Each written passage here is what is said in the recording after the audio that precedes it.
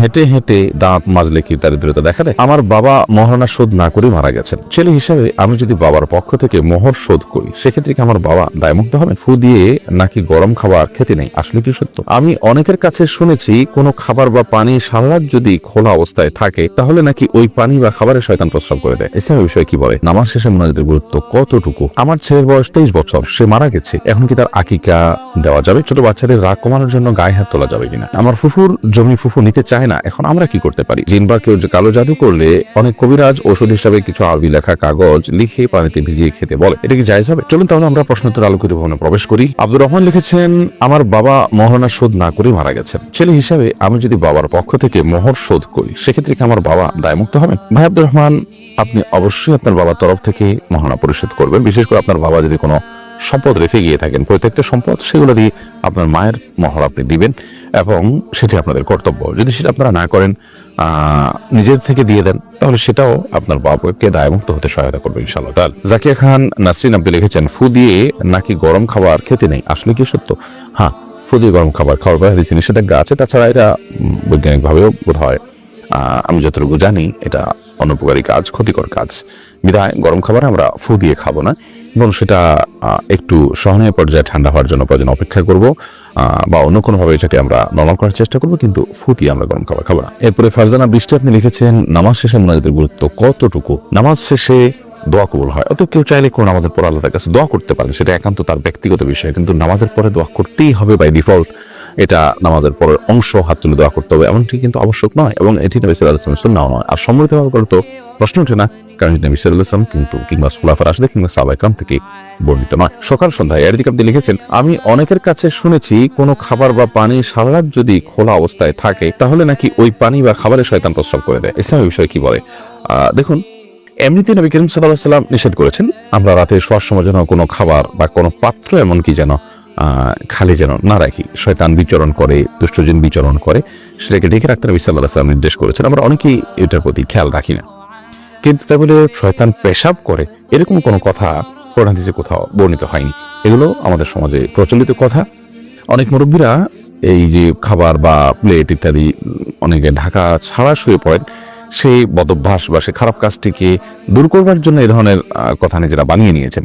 তো কোরআন হাদিসের নামে মন গড়া এরকম কোনো কথা বানিয়ে নেওয়া এটা গুনাহের কথা। নবী সাল্লাল্লাহু আলাইহি ওয়াসাল্লাম বলেছেন, মান কাযিবা আলাইহি মুতাআম্মিদান ফালিয়াতাবাউ মাকআদাহু মিনান নার। যে ব্যক্তি আমার ব্যাপারে ইচ্ছাকৃতভাবে মিথ্যা কথা আরোপ করবে, আমার নামে মিথ্যা হাদিস বলবে, সেজন্য তার ঠিকানা জাহান্নামে জেনে রাখে। রত্না সরকার আপনি লিখেছেন, আমার ছেলের বয়স 23 বছর, সে মারা গেছে, এখন কি তার আকিকা দেওয়া যাবে? প্রথমত মানুষ জীবদ্দশাতে তার আকিকা দিতে হয়, মারা গেছে যেহেতু এখন আকিকা দেওয়ার প্রয়োজন নেই। বয়স বেশি হওয়ার পরও তার আকিকা দেওয়া যেতে পারে। নবী সাল্লাল্লাহু আলাইহি ওয়াসাল্লাম নিজের আকিকা নিজে দিয়েছেন, বয়স পরেও যদি আকিকা না দেওয়া হয়ে থাকে তাহলে সেক্ষেত্রে আকিকা বড় হওয়ার পরও দেওয়া যায়। মোহাম্মদ জাহিদুল ইসলাম সবুজ লিখেছেন, পাশের বাসা বিয়ের জন্য মেয়ে দেখতে এসে বরের পক্ষ আমাকে জিজ্ঞেস করলো মেয়েটি কেমন।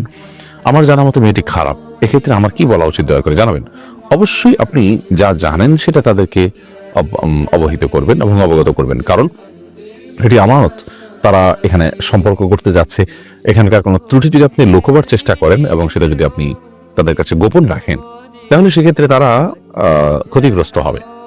অতএব এই ক্ষেত্রে অন্য 10টা বিষয়ের মতন হয় যে কারোর দোষ আমি লুকিয়ে রাখলাম, বরং এখানে দোষ জানা থাকলে সেই সত্য কথাটা তাদেরকে বলতে হবে। একান্ত বলতে না পারলে আপনি এড়িয়ে গেলেন, অন্য কারোর উপরে ফেললেন, কিন্তু আপনি অসত্য বলতে পারবেন না যে না মেয়েটা ভালো বা তার কোনো অসুবিধা নাই ইত্যাদি ইত্যাদি। তাহলে প্রথমত মিথ্যা কথা বলা হবে, দ্বিতীয়ত তারা প্রতারিত হবে আপনার কথা দ্বারা, সেটা একজন মুসলমানের জন্য কোনো অবস্থায় জায়েজ নাই। আবু মুয়াজ আপনি লিখেছেন আইডি থেকে, আমি একটি প্রাইভেট প্রতিষ্ঠানে চাকরি করি, সেখানে দুপুরের খাবারের পূর্ণ সুবিধা পাই।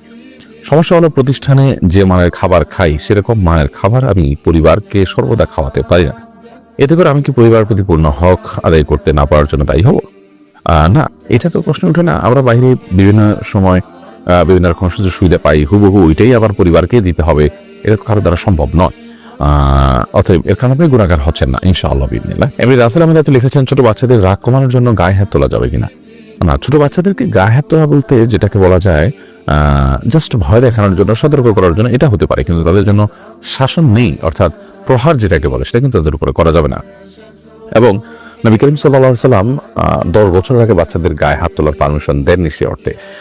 তিনি বলেছেন তোমাদের সন্তানের বয়স যখন 7 হয়, মুরু আওলাদাকুম বিসসালাতি ওয়া হুম আবনাউ সাব'i সিনিন, তোমাদের সন্তানদের বয়স যখন 7 হয় তখন তাদেরকে নামাজের নির্দেশ করো, এবং ওয়াদরিবুহুম ইযা বালাগু 10, যখন 10 হয়ে যায় তখন তার নামাজ না পড়লে তোমরা প্রহার করো, শাসন করো। অর্থাৎ শাসনের বয়সটা এখান থেকে বোঝা যায় 10, তার আগ পর্যন্ত যেটি হতে পারে জাস্ট ভয় দেখানোর জন্য আপনি গায়ে হাত তোলেন, সেটি হতে পারে। কিন্তু শাসন, যেটাকে রীতিমতো পেটানো বলা যেতে পারে, শাস্তি বলা যেতে পারে, সেটা কিন্তু দেওয়া যাবে না। এমনি সেলিম রেজা কাজল আপনি লিখেছেন, শুক্রবার জুমার খুতবার সময় অনেকেরই ঘুম ঘুম বা ঝিমুনি ভাব চলে আসে, তখন কি আবার রুজু করতে হবে? এই প্রশ্নটি অনেক কমন একটি প্রশ্ন, এবং জুমার খুতবার সময় সত্যি অনেকেরই ঝিমুনি চলে আসে। যদি জুমার খুতবার সময় আপনার ঝিমুনি চলে আসে, ঘুম ঘুম ভাব চলে আসে, তাহলে সেক্ষেত্রে প্রথমত দেখতে হবে যে আপনি কোনো কিছুর সাথে হেলান দিয়ে আছেন কিনা। যদি কোনো পিলার বা কোনো কিছুর সাথে, দেয়াল কিছুর সাথে আপনি হেলান দিয়ে ঘুমোচ্ছেন, তাহলে সেক্ষেত্রে সেই দেয়াল বা পিলার যদি না থাকতো তাহলে আপনি পড়ে যেতেন, এরকম আপনি শরীর ছেড়ে দিয়ে যদি ঘুমিয়ে পড়েন তাহলে সেক্ষেত্রে ওযু ভেঙে যাবে, এতে কোনো সন্দেহ নেই। আর যদি আপনি বসে বসে ঝিমাতে থাকেন এবং সেক্ষেত্রে আপনি ডান দিকে বাম দিকে আপনি কাত হয়ে বা আপনার নয়ে পড়ে যাচ্ছেন, এরকম যদি হয় তাতেও আপনার ওযু ভঙ্গ হবে না। তবে যদি এত ঘুম আসে যে আপনি একদম পড়েই যান ঘুমের চোটে, তাহলে সেক্ষেত্রে ওযু ভেঙে যাবে। ধরুন আপনি সিজদায় আছেন, সেখান থেকে পড়েই গেলেন, আপনি আপনার ভারসাম্য হারিয়ে পরিপূর্ণ শরীর ছেড়ে দিয়ে আপনি ঘুমিয়ে পড়েছেন, অর্থাৎ গভীর ঘুম হয়েছে সোজা কথা, সেরকম ঘুম হলে ওযু ভঙ্গ হয়ে যাবে। আর বসে বসে আপনি ঝিমাচ্ছেন, মাথা দুলছে এদিক সেদিক, তো এর কারণে কিন্তু ওযু ভঙ্গ হবে না। এমনি নাজমুল হাসান আপনি লিখেছেন, আমার ফুফুর জমি ফুফু নিতে চায় না, এখন আমরা কি করতে পারি? তিনি যদি সলভেন্ট হন যথেষ্ট পরিমাণে, তার আসলে কোনো অভাব নাই, আসলে কোনো নিড নাই, সেই তুলনায় আপনারা বা আপনার চাচারা তারা দুর্বল থাকেন তাদের চাইতে আর্থিকভাবে, তো সেই কারণে তারা নিতে চাচ্ছেন না। এরকম যদি হয় তাহলে সেক্ষেত্রে এটি আপনারা ভোগ করতে পারেন। তবে বেশিরভাগ ক্ষেত্রে আমাদের দেশে মেয়েরা নিতে চায় না, সেটা হলো হেজিটেশনের জায়গা থেকে, যে সমাজ এটাকে ভালোভাবে দেখে না, অথবা তারা বাবার বাড়িতে যাওয়ার যে অধিকার সেটা থেকে তারা বঞ্চিত হন কিনা, সেই ভয়টা তারা করেন। তো এই সমস্ত ব্যাপারে আপনি বা আপনাদের দায়িত্ব হবে তাদের সাথে খোলামেলা কথা বলা, যে না, এটি নেওয়ার ফলে আমাদের সাথে সম্পর্কের কোনো প্রকার ঘাটতি হবে না, আসার অধিকারের ক্ষেত্রে কোনো প্রকার আপনাদের অধিকার ক্ষুণ্ণ হবে না, খর্ব হবে না, বরং আপনারা আসবেন, এটি আপনাদের চিরকাল অধিকার, রক্ত সম্পর্কীয় আত্মীয় হওয়ার কারণে।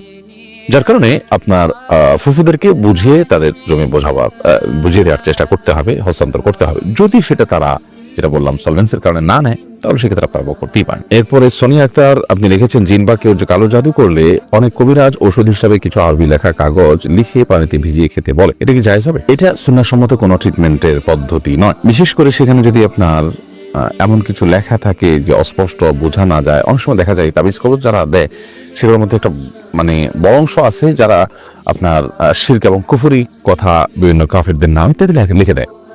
তো এগুলো তো রীতিমতো শয়তান আশ্রয় নেওয়ার শামিল অনেক ক্ষেত্রেই, তো যার কারণে জায়েজ নয়। তাছাড়া নবী করিম সাল্লাল্লাহু আলাইহি ওয়াসাল্লামের সুন্নাহ পদ্ধতি হলো যে কোরআন কারীমের আয়াত তেলাওয়াত করে দোয়া পড়ে ফু দেওয়া, বা কোনো জায়গায় অসুস্থ জায়গায় ধরে আয়াত তেলাওয়াত করা, পড়া, সেটা পানিতে বা তেলে ইত্যাদিতে আপনার ফু দিয়ে খাওয়া, এটা নবী সাল্লাল্লাহু আলাইহি ওয়াসাল্লামের সুন্নাহ।